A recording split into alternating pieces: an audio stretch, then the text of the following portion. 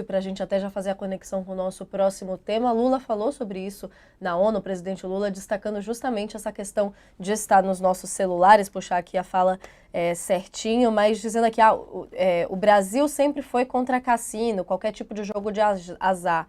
Hoje, através de um celular, o jogo está dentro da casa da família, da sala. Estamos percebendo no Brasil o endividamento das pessoas, a inadimplência que você citava aqui agora, o presidente do Banco Central falando, das pessoas mais pobres tentando ganhar dinheiro, fazendo aposta, brincando aí com esse sonho de ascensão, esse discurso que está envolvido em uma série de questões complicadas, tio Rei. Mas falando das agendas do presidente Lula lá em Nova York, abriu a Assembleia Geral ontem da ONU, fez um discurso com uma série de críticas sobre a estrutura mesmo da ONU, inclusive na fala dele, e hoje numa reunião do G20 ele voltou a falar sobre a necessidade de uma reforma na ONU, propôs uma conferência para revisar o estatuto e a composição da ONU, ele dizendo que as regras antigas, criadas quando a ONU tinha só 51 membros, já não contemplam mais a realidade atual de seus 193 integrantes, citando inclusive o artigo 109 da ONU,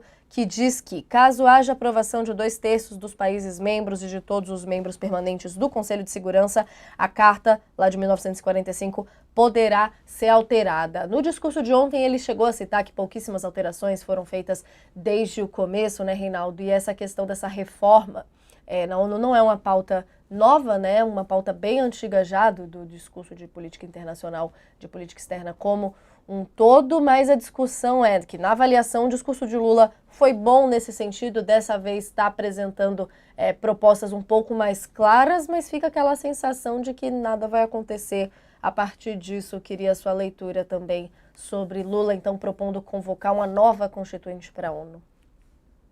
Veja só, o discurso do Lula está correto. Em todos os assuntos que ele levou ali, não tem reparos. Muita gente está falando, deveria ter falado também da Venezuela. Nessa esfera, não. Acho que parece que ele tratou da Venezuela com Macron, por exemplo, e em conversas bilaterais. Agora, quando se vai fazer um discurso ali na Assembleia, acho que a questão da Venezuela, embora grave em si, não tem a gravidade da guerra da Ucrânia, não tem a gravidade da questão de Gaza, né? Também é preciso que a gente dê aos problemas o tamanho que eles têm, né? Em outros fóruns, e acho que o Brasil está errando em relação à Venezuela, isso eu falei desde quando eu falei, foi contra o Celso Amorim ir para a eleição, né? Aliás, era você que estava aqui no dia. Falei, não, sou contra, não tem de, né, ser observador. Então, está errando. Agora, no geral, o discurso está correto, né? E é um pouco um discurso desalentado também, né? Que ele fez. Porque ele lembrou, por exemplo, das pressões que hoje existem contra a globalização, que ele, num dado momento, usou a palavra desplanetização, ele disse, não, nós não podemos desplanetizar o planeta, porque o planeta é um só, especialmente na questão ambiental. E até agora também os ricos, convenham, não compareceram na questão ambiental. Cadê a colaboração com os países pobres? Até não tem, né? Vivemos o maior número de guerras desde a Segunda Guerra, hoje em curso, guerras ativas, né? Então, está ruim, está muito ruim. E, de fato, o Conselho de Segurança da ONU e outras entidades multilaterais que derivam da ONU não reproduzem mais o equilíbrio de forças que havia quando da sua criação. Agora, qual a chance disso mudar? Nenhuma. Essa convocação que o Lula está fazendo, essa sugestão, né, e o próprio G20 vai tirar ali uma pauta favorável a mudanças, mas é mera retórica. Que para valer, né, os Estados Unidos não vão aceitar a mudança do Conselho de Segurança, a China não vai aceitar. Não são só os Estados Unidos. A China também não quer mudar o equilíbrio que está lá. A Rússia também não quer mudar. Porque, na verdade, o Conselho de Segurança como está, ele serve ao status quo dessas potências, né? Então não vai haver essa mudança, né? E, de qualquer modo, a ONU também, né, infelizmente, e o próprio Lula apontou isso, ela está um tanto desmoralizada, né? Não custa lembrar que foi aprovado o cessar-fogo em Israel, lembra-se disso? Conselho de Sim, Segurança sim. determinou cessar-fogo, né? Os Estados Unidos se abstiveram e, portanto, a resolução foi aprovada, sem nenhum voto contra. E, no entanto, está acontecendo o quê? O que está acontecendo em Gaza ainda continua. Agora nós temos massacres acontecendo na Cisjordânia também, corpos de pessoas jogadas em cima de prédio como se fosse saco de lixo, e tem o ataque brutal, absurdo, sanguinário ao Líbano. E segundo consta, Israel pode estar planejando a invasão terrestre, né? Então, de que tem servido? Assim, por exemplo, em relação a Israel, o Conselho de Segurança serve para quê? Hum? É, numa questão dessa gravidade, vai o Biden discursa. O discurso do Biden, então, é um discurso que nem parece deste mundo, né? É claro que Israel tem o direito à defesa, é preciso, qualquer um faria. Não, quem é que disse que não tem direito de defesa? Agora, a ideia de que qualquer um faria igual, não, né? Um massacre em curso, é preciso ter um espírito muito ruim para fazê-lo. Ideias muito ruins na cabeça, né? De não reconhecimento da existência de um povo, porque senão não faz aquilo, né? E a ONU está parada. Agora, alguma chance desse discurso do Lula resultar em uma mudança efetiva? Nenhuma, nenhuma. Não há, né? Eu diria, das outras vezes em que o Lula fez esse discurso, não havia a guerra da Ucrânia, Rússia e Ucrânia, não havia essa situação dramática em Gaza, né? Não dessa maneira, né? O Líbano. Agora, tanto pior. Agora, tanto pior. Né?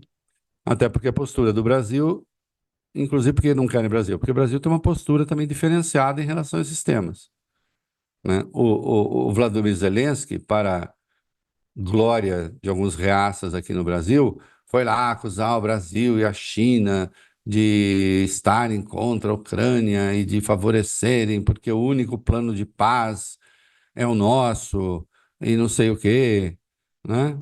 É, endossando a posição de alguns países europeus, que é a posição de alguns países europeus, que é a posição dos próprios Estados Unidos, que vai levar o quê? A nada, né?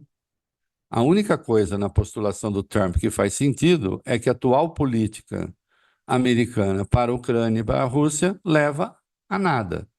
E se levar alguma coisa, leva alguma coisa muito ruim, né? Porque sim, como lembrou o Bossal, é, a Rússia tem armas nucleares. Aliás, é quem tem o maior número de ogivas nucleares no mundo, mais que os Estados Unidos, né? Então, a ideia de que você vai ter uma Rússia derrotada, que vai. Não vai ter. Não vai ter. A partir da constatação de que não vai ter, o que é que se faz?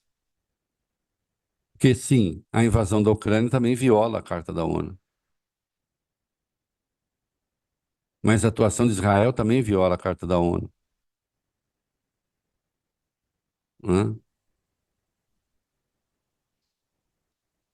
E a ONU está numa situação. Para fazer a Constituinte da ONU, você teria que ter 2/3, né? De 193 países, você teria que contar com pelo menos 128, 129 votos, se for arredondar. Não existem 129 votos para isso. Hum. E ainda há situações que é preciso tomar cuidado, porque você pode tentar mexer e piora. Hum. Nós vimos um delinquente como o Javier Milei. Esse, por outro lado, foi lá discursar na ONU dizendo que a ONU quer se meter em tudo. Veja você. Então, você tem o Lula acusando a inércia da ONU, que me parece que é o que está em curso, né? E você tem um vagabundo como Milei dizendo que a ONU quer se meter em tudo. Ele não quer a ONU. Ele acha que não precisa de ONU, não precisa de nada, né? Cada país cuida do seu negócio, né? Que é um pouco a posição de alguns extremistas de direita mundo afora, né? Também. Então, assim, o Lula levou um discurso correto, mas há algo de melancólico nisso tudo, que é um discurso correto que repercute muito pouco, e preste atenção hoje, mas isso não é como às vezes se aponta aqui e ali, fica parecendo que é culpa do Lula. Isso não é culpa do Lula, né? Digamos assim, a responsabilidade é mundial e é péssimo que assim seja.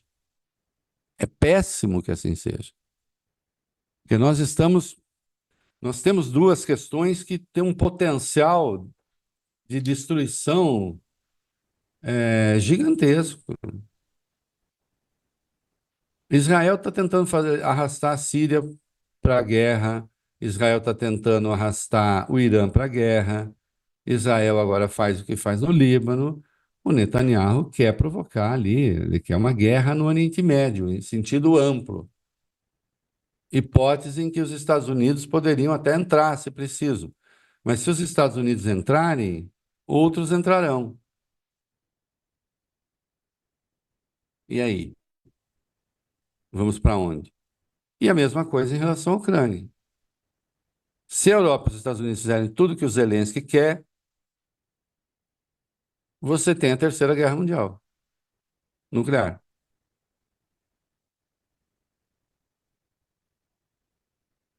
Uma coisa é certa, a Rússia não vai se deixar derrotar pelo Ocidente nessa história.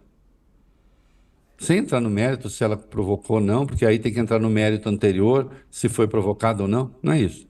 Só estou dizendo que não vai acontecer, né? E para não acontecer. Aí o Então, e Brasil aí está propondo, o Brasil está propondo conversação. Vai o Zelensky e diz, não, conversação é rendição, vocês estão, não sei o que, tal. Alguns analistas dizem isso aqui dentro também, né? E a ONU faz o quê? Nada. é que aí também tem a questão do enquanto é possível se conversar, né, Tio Rei? Falando em situação do Oriente Médio, uma incursão por terra, uma entrada de um Irã, já se fala de como o Hezbollah é militarmente muito mais forte do que o Hamas. Chega num momento em que a coisa perde o controle e aí não teria mesmo que a comunidade internacional quase fazer para impedir aí em termos do que você estava citando de uma guerra total surgir, né, Tio Rei? Não, tem. Não, tem. É a velha história. Se você corta o financiamento para Israel promover massacres, você muda um pouco Falam que é o papel dos a Estados Unidos, a principalmente, dinâmica seria a das força, né? coisas. Você muda um pouco a dinâmica das coisas, né? Porque também não é assim. Assim como tem como fazer Zelensky e Putin sentarem para conversar, né? Mas não é isso que está acontecendo, né? O que está acontecendo é financiamento infinito, sem fundo, para duas guerras do fim do mundo, né? A posição do Brasil aí de propor que se converse é a posição correta. Porque não conversar significa continuar a guerra como está. E há aqueles que não querem que ela fique como está, né? Eu insisto. Se o Ocidente fizer tudo o que o Zelensky quer, a Rússia pode fazer coisas muito más para a humanidade, né? E todas as potências nucleares.